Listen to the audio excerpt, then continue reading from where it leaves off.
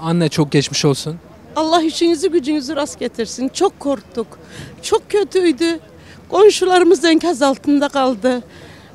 O yağmurda, o karanlıkta ayak yalın başka bak dışarı çıktık. Hep birbirimize sığındık. Önce Allah'a sonra birbirimize. Anlatılacak gibi değil. Çok sevdiklerimiz insanlar gitti. Ya ne bileyim nasıl anlatılır bilemiyorum. Durumunuz nasıl? Yardımlar ulaşıyor mu? Biz yayla evinde kayınlarım var. Onlara gittik. O günden bugüne daha yeni geliyor. Evimize gitmedik. Bir yardım falan da Allah'tan başka kimseden görmedik. Şu an işte buralarda çamaşır falan varmış. Onlardan biraz bir şeyler aldık. Son olarak varsa bir çağrınız, onu da alalım. Çağrımız ne? Son olarak gerçekten ihtiyacı olan insanlara ulaşsın bu yardımlar. Her türlü yardımlar gerçekten insanın ihtiyacı olan insanlara ulaşsın. Başka bir şey istemiyorum. Çok geçmiş olsun tekrardan. Çok sağ olun. Allah razı olsun. Allah hayrınızı kabul etsin. Allah'a emanet olun. Merhaba, çok geçmiş olsun. Hepimize geçmiş olsun. Sizin de bildiğiniz üzere Pazarcık merkezli bir deprem meydana geldi. İşte bu depremde Türkiye ve Kürdistan il ve ilçeleri ciddi oranda hasar görmüş. Şimdi bugün geldik, İskenderun'dayız. Sizler de HDP olarak burada bulunuyorsunuz. Yani burası için gözleminiz nedir? Yani evet, öncelikle tüm Kürdistan'ın ve Türkiye'de yine bu zarar gören bütün insanlarımızın başı sağ olsun. Gittiğimiz her yer aynı. Her yerde büyük bir yıkım var. Her yerde inanılmaz acılar. Yani işte bugün birkaç gündür arkadaşlarımız bütün alanda, depremin yaşandığı bütün yerlerde. Bizler de dolaşıyoruz. Maraş'taydık, Elbistan ve Pazarcık'taydık. Orası da yine tamamen yıkılmış neredeyse. Yani yıkılmayan yerlerde zaten şu an oturulamayacak durumda. İlk günlerde yaşanılan sıkıntılar oralarda genelde devletin oraya uğramaması, müdahale etmemesi. Biliyorsunuz depremde ilk 24 saat çok önemli. Hala da şu an bile doğru düzgün bir çalışma yapılsa hala seslerin geldiğini söylüyor. Alandaki bütün arkadaşlar, bütün diğer yani devlet kurumları hariç diğer toplumsal kesimler, bu demokrasi güçleri hepsi orada daha hala da kurtarılabilecek insanların olduğunu söylüyor. Ama devlette gördüğümüz şu, yani burada da yine geldiğimizde çok büyük bir yıkımla karşılaştık. Yani büyük bir dram var. Neredeyse her aileden 14-15 kişinin kaybedildiğiyle ilgili haberler alıyoruz. Burada yine Tülay Vekilimizin de KESK Başkanımızın da aynı şekilde ailelerinden birçok kişiyi kaybettiğini öğrendik ve toplum burası her türlü doğal afetle anlatılabilir ama bu sadece bir doğal afet değil. Burada aslında halkını enkaz altında bırakan bir devlet var. Tam da o noktada depremin olduğu birçok bölgede halkın yoğun bir tepkisi var. İşte devlet yok diyor. Peki kim var?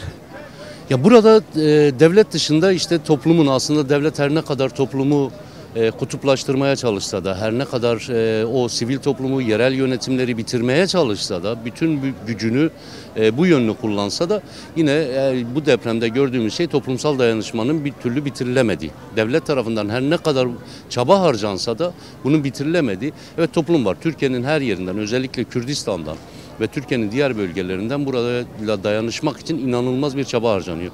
İşte köylerde maddi anlamda destek veremeyenler orada ekmek pişirip gönderiyor. Yine insanlar üzerindeki elbiseyi çıkarıp, bu yoksul halkımız üzerindeki elbiseyi çıkarıp buraya göndermeye çalışıyorlar. Diğer taraftan yine bakıyorsunuz her anlamda arama kurtarma çalışmalarına, burada yardım dağıtma anlamında yine gönüllü insanlar geliyor. Hatta birçok gönüllü insan o enkazların orada da çalışmak istediği, yalnız yine AFAD bu gönüllüleri bile kabul etmeyerek, oyalayarak bir şekilde oraya ulaşmalarını engelliyor.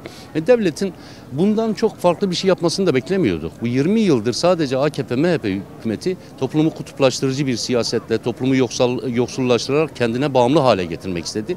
Ne paradigması sadece savaşa dönük. Yani işte bugün gördük ki buralarda S-300'ler bir işe yaramıyormuş. SİHA'lar, İHA'lar bir işe yaramıyormuş. O kadar övündükleri F-16'ların bombaları burada bir işe yaramıyormuş. Çünkü burada insanı yaşatmaya dönük bir siyasetleri yok. Sürekli yok etmeye dönük bir siyasetleri var.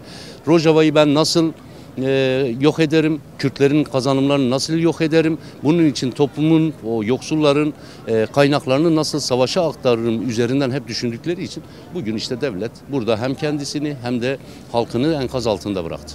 Peki son olarak varsa bir çağrınız? Çağrımız toplumumuza da dönük. Evet, burada yerel yönetimlerin, dayanışmanın, toplumsal örgütlenmenin ne kadar önemli olduğu ortaya çıktı.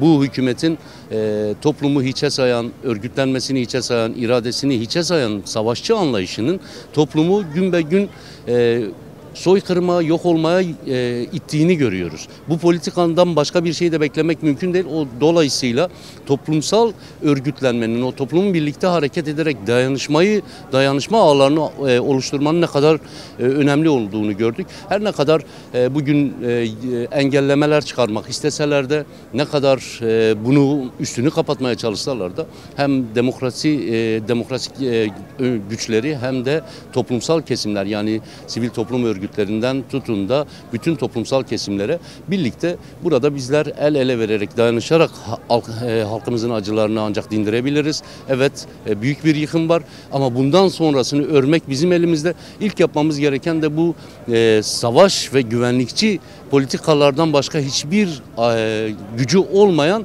bu anlayıştan kurtulmak. Çok teşekkürler, çok geçmiş olsun. İyi yayınlar diliyorum.